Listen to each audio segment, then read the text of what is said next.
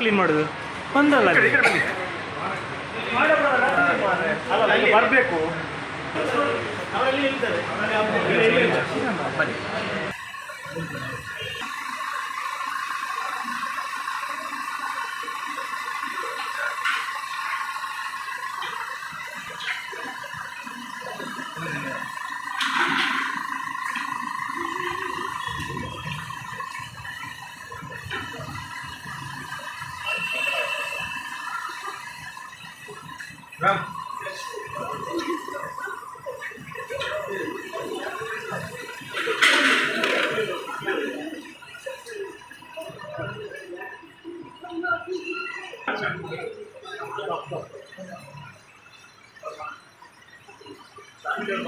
ಬೇರೆ ಯಾರು ಹೌದು ಬೇರೆ ಯಾರು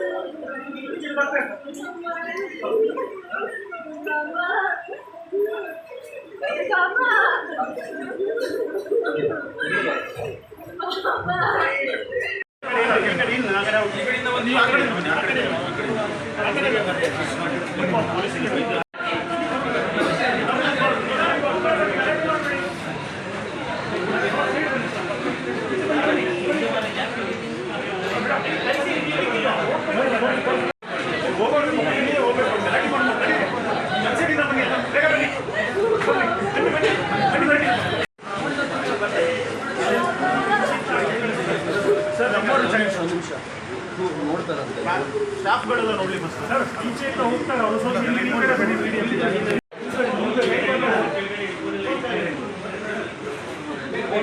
ಬಾ ಬಾ ಬಾ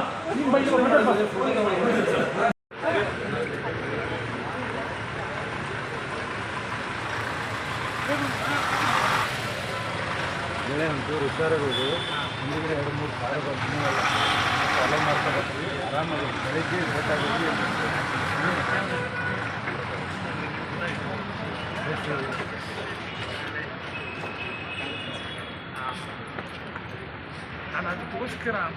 ಎಷ್ಟೊತ್ತಿಗೆ ಅಡ್ಮಿಟ್ ಮಾಡಿದ್ರಿ ಎಷ್ಟೊತ್ತಿಗೆ ಮೂವಿ ಶೂಟಿಂಗು ಶೈನ್ ಶೆಟ್ಟಿ ಅವ್ರ ನಾಯಕರಾಗಿ ಹೊಸದಾಗಿ ಮಾಡ್ತಾ ಇರೋ ಮೂವಿ ಶೂಟಿಂಗೋಸ್ಕರ ಅಂತ ಉಡುಪಿಗೆ ಬಂದಿದ್ದರು. ಸುಮಾರು 2-3 ದಿವಸ ಹಿಂದೆಯೇ ಬಂದಿದ್ದರು. ಲಾಸ್ಟ್ ಟೈಮ್ ಅವ್ರಿಗೆ ಹಾರ್ಟ್ ಅಟ್ಯಾಕ್ ಆಗಿತ್ತು ಫಸ್ಟ್ ಟೈಮು, ಬಟ್ ಈ ಸಲ ಸೆಕೆಂಡ್ ಟೈಮ್ ಹಾರ್ಟ್ ಅಟ್ಯಾಕ್ ಆದಾಗ ಅವರನ್ನು ಉಳಿಸ್ಕೊಳ್ಳಿಲ್ಲ. ಇಡೀ ಚಿತ್ರತಂಡ ಸಿಕ್ಕಾಪಟ್ಟೆ ಪ್ರಯತ್ನಪಟ್ಟು ನಿನ್ನೆ ನೈಟ್ ಆದಾಗೆಲ್ಲ ಅವ್ರನ್ನ ಇಲ್ಲಿ ಹಾಸ್ಪಿಟ್ಲಿಗೆ ಕರ್ಕೊಂಬಂದು ಟ್ರೀಟ್ಮೆಂಟ್ ಕೊಡಿಸೋ ಪ್ರಯತ್ನ ಪಟ್ಟರು, ಬಟ್ ಆಗಲಿಲ್ಲ. ಇವಾಗ ಸಾಯಂಕಾಲ ಒಂದು 6 ಗಂಟೆಗೆ ತೀರ್ಕೊಂಡಿದ್ದಾರೆ. ನಮ್ಮನ್ನೆಲ್ಲ ಅಗಲಿದ್ದಾರೆ.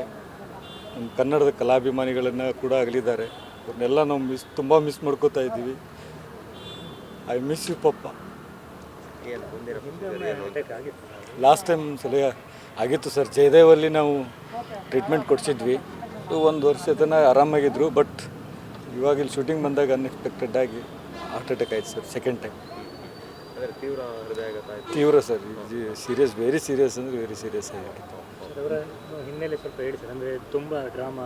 ಹೌದು ಸರ್, ತುಂಬ ಡ್ರಾಮಾ. ಸುಮಾರು ಉತ್ತರ ಕರ್ನಾಟಕದಲ್ಲಿ 30-35 ವರ್ಷದಿಂದ ಡ್ರಾಮಾ ಮಾಡ್ತಾಯಿದ್ರು. ಅವ್ರದ್ದೇ ಸ್ವಂತ ಕಂಪನಿ ಇತ್ತು. ಸುಮಾರು ಒಂದು 60-70 ಕನ್ನಡ ಸಿನಿಮಾಗಳಲ್ಲಿ ಮಾಡಿದ್ದಾರೆ. ಅದನ್ನು ಗುರುತಿಸಿ ಈಗಿನ ಸರ್ಕಾರ, ನಮ್ಮ ಕರ್ನಾಟಕ ಸರ್ಕಾರ ಅವರಿಗೆ ರಂಗಾಯಣದ ನಿರ್ದೇಶಕ, ಧಾರವಾಡದ ರಂಗಾಯಣದ ನಿರ್ದೇಶಕರನ್ನಾಗಿ ಮಾಡಿದರು.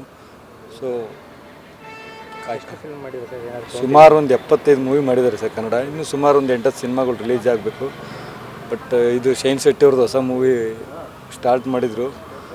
ನಮ್ಮ ಫ್ಯಾಮಿಲಿ ಕಡೆಯಿಂದ ಅವರಿಗೆ ಆ್ಯಕ್ಚುಲಿ ಸಾರಿ ಹೇಳೋಕ್ಕೆ ಇಷ್ಟಪಡ್ತೀವಿ. ಮುಂದೆ ಸರ್ ಧಾರವಾಡ ರಂಗಾಯಣಕ್ಕೆ ಹೋಗ್ಬೇಕು ಅನ್ನೋ ಪ್ಲ್ಯಾನ್ ಇದೆ. ಸೊ ನೆಕ್ಸ್ಟ್ ಅಲ್ಲಿಂದ ಮತ್ತು ನಮ್ಮ ಅವರು ಇಷ್ಟಪಡುವಂಥ ಪ್ಲೇಸ್ ಅಂದರೆ ಅವ್ರ ತೋಟ, ಅವ್ರ ಕಲ್ಯಾಣ ಮಂಟಪ. ಸೊ ಬಿಜಾಪುರ ಜಿಲ್ಲೆ ಸಿಂದಗಿ ತಾಲೂಕರ ಚಿಕ್ಕ ಸಿಂದಗಿ ಅಂತ. ಸೊ ನಾಳೆ ನಾವು ಅಲ್ಲಿ ಅಂತ್ಯಕ್ರಿಯೆ ಮಾಡ್ತೀವಿ ಸರ್. ಮೊದಲು ಧಾರವಾಡ ಹೋಗ್ತೀವಿ ಸರ್, ಯಾಕಂದ್ರೆ ಬಿಕಾಸ್ ನೈಟ್ ತೊಗೊಂಡು ಹೋಗ್ತೀವಿ ಸರ್. ಧಾರವಾಡ ಹೋಗಿ ರಂಗಾಯಣದಲ್ಲಿ ಇಟ್ಟು ಅಲ್ಲಿ ಎಲ್ಲ ಅವ್ರಿಗೇನು ಸರ್ಕಾರದ ವತಿಯಿಂದ ಏನು ಗೌರವ ಸಲ್ಲಿಸ್ತಾರೋ ಅದು ಮುಗಿಸ್ಕೊಂಡು ನೆಕ್ಸ್ಟ್ ನಾವು ಚಿಕ್ಕ ಸಿಂದಗಿ ಅವ್ರ ಫೇವ್ರೇಟ್ ಪ್ಲೇಸ್ ಸರ್ ಅದು. ಅವ್ರು ಯಾವಾಗಲೂ ಆ ತೋಟದಲ್ಲಿ ಇರಬೇಕು ಅನ್ನೋ ಆಸೆ ಇರ್ತಿತ್ತು. ಸೊ ಅಲ್ಲಿಟ್ಟು ಎಲ್ಲ ಸಾರ್ವಜನಿಕರಿಗೆ ನಾವು ಅಲ್ಲೇ ವ್ಯವಸ್ಥೆ ಮಾಡ್ತಾಯಿದ್ವಿ. ಸೆಲೆಬ್ರಿಟೀಸ್ ಬರುವವರೆಲ್ಲ ಎಲ್ಲಿ ಬರ್ಬೋದು? ಚಿಕ್ಕ ಸಿಂದಗಿಗೆ ಅಂದರೆ ಅವ್ರ ತೋಟ, ಫಾರ್ಮ್ ಹೌಸು.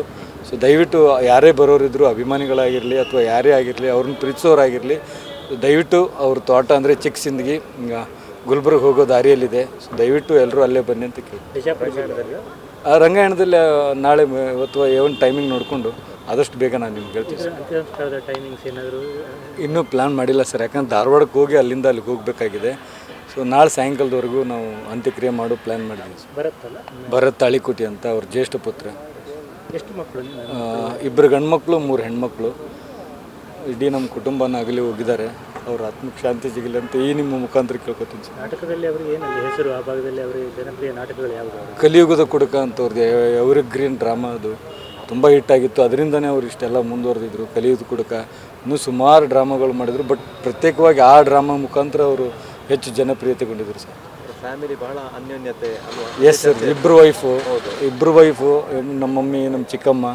ಸೊ ನಾವು ಗಂಡು ಮಕ್ಕಳು, 3 ಮಂದಿ ಹೆಣ್ಮಕ್ಳು, ಅವ್ರ ಮಕ್ಕಳನ್ನು ಸೇರಿಸ್ಕೊಂಡೆ ನಾನು ಹೇಳಿದ್ದು ಸರ್. ನಾವು ಅಷ್ಟು ಅನ್ಯೋನ್ಯವಾಗಿ ಮುಂಚೆಯಿಂದ ಬೆಳೆದಿರೋ ಕಾರಣಕ್ಕೋಸ್ಕರ ಎಲ್ಲರೂ ಇಡೀ ಎಂಟೈರ್ ಫ್ಯಾಮಿಲಿನೇ ನಾವು ಡ್ರಾಮಾದಲ್ಲಿ ಆ್ಯಕ್ಟ್ ಮಾಡ್ತಾಯಿದ್ವಿ. ಥ್ಯಾಂಕ್ಸ್. ಅದೇ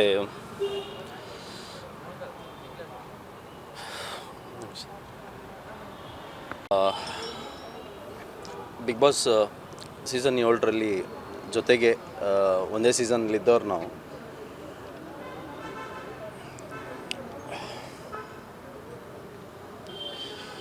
ಬಾಂಡಿಂಗು ಚೆನ್ನಾಗಿತ್ತು.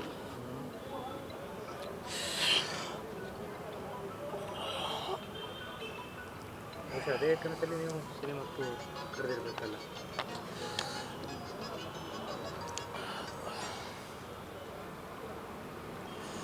ಇಲ್ಲಿ ಏನಾಯಿತು ಅಂದರೆ ಇಡೀ ಸೀಸನ್ ಯಾರೆಲ್ಲ ನಾವೆಲ್ಲ ಭಾಗವಹಿಸಿದ್ರು ಸೀಸನ್ 7ನಲ್ಲಿ ಎಲ್ಲರ ಜೊತೆ ಒಂದು ಬಾಂಡಿಂಗ್ ಇದೆ. ಆ್ಯಂಡ್ ಎಲ್ಲರೂ ಸ್ನೇಹಿತರು. ರಾಜು ತಾಳಿಕೋಟೆಯವರು ಇಡೀ ಮನೆಯಲ್ಲಿ, ಅಂದರೆ ರವಿ ಬೆಳಗೆರೆ ಸರ್ ಇದ್ದರು, ಜೈ ಜಗದೀಶ್ ಅವರಿದ್ದರು, ರಾಜು ತಾಳಿಕೋಟೆ ಸರ್ ತುಂಬ ಸೀನಿಯರ್ ಇದ್ರು ಅದರಲ್ಲಿ. ಆ್ಯಂಡ್ ತುಂಬ ತಮಾಷೆ ಆಗಿರೋರು, ತುಂಬ ಖುಷಿಯಾಗಿರೋರು. ಅವ್ರನ್ನ ಅವತ್ತಿಂದ ನೋಡಿದಾಗಲಿಂದ ಒಂದು ತುಂಬ ಒಂದು ದೊಡ್ಡ ಆಸೆ ಇತ್ತು ಇವ್ರ ಜೊತೆ ಕೆಲಸ ಮಾಡಬೇಕು ಅಂತ. ನಮ್ಗೆ ಯಾವಾಗ ಈ ಒಂದು ಸಿನಿಮಾನ ನಿರ್ಮಾಣ ಮಾಡಬೇಕು ಅನ್ನುವಂಥ ನಿರ್ಧಾರ ನಾವು ತಗೊಂಡ್ವೋ, ಅದಕ್ಕೆ ಯಾವಾಗ ಸರಿಯಾದ ಕಾಲ ಕೊಡುವಂತೋ, ಇದು ಒಂದು 6 ತಿಂಗಳ ಹಿಂದ್ಗಡೆ ಯಾವಾಗ ಈ ಸಿನಿಮಾ ನಾವು ಮಾಡಬೇಕು ಅಂತ ನಿರ್ಧಾರ ಮಾಡಿದ್ವಿ, ಅವತ್ತೇ ನಾನು ಅವ್ರನ್ನ ಅಪ್ರೋಚ್ ಮಾಡಿದ್ದೆ. ಸರ್, ಸಿನಿಮಾ ಮಾಡ್ತಾಯಿದ್ದೀರಾ, ಯಾಕೆ ಮಾಡ್ತಾಯಿಲ್ಲ ಅಂತ. ನಿಂದಿದ್ರೆ ಹೇಳೋ, ಮಾಡ್ತೀನಿ ಅಂತ ಹೇಳಿದ್ರು ಅವತ್ತು. ಅದಾದ ನಂತರ ಬೆಂಗಳೂರಿಗೆ ಒಂದು ದಿವಸ ಬಂದರು. ಅವರು ಇವಾಗ ರಂಗಾಯಣದಲ್ಲಿ ಡೈರೆಕ್ಟರ್ ಆಗಿದ್ದಾರೆ. ಬೆಂಗಳೂರಿಗೆ ಒಂದು ದಿವಸ ಬಂದು ನಮ್ಮ ಇಡೀ ಚಿತ್ರತಂಡನ ಮೀಟ್ ಮಾಡಿಕೊಂಡು ತುಂಬ, ಅಂದರೆ ನಾವು ನಮ್ಮ ಸಿನಿಮಾಗೆ ಮೊದಲು ಸೆಲೆಕ್ಟ್ ಮಾಡಿದಂತಹ ಆರ್ಟಿಸ್ಟ್ ರಾಜು ತಾಳಿಕೋಟೆ ಸರ್.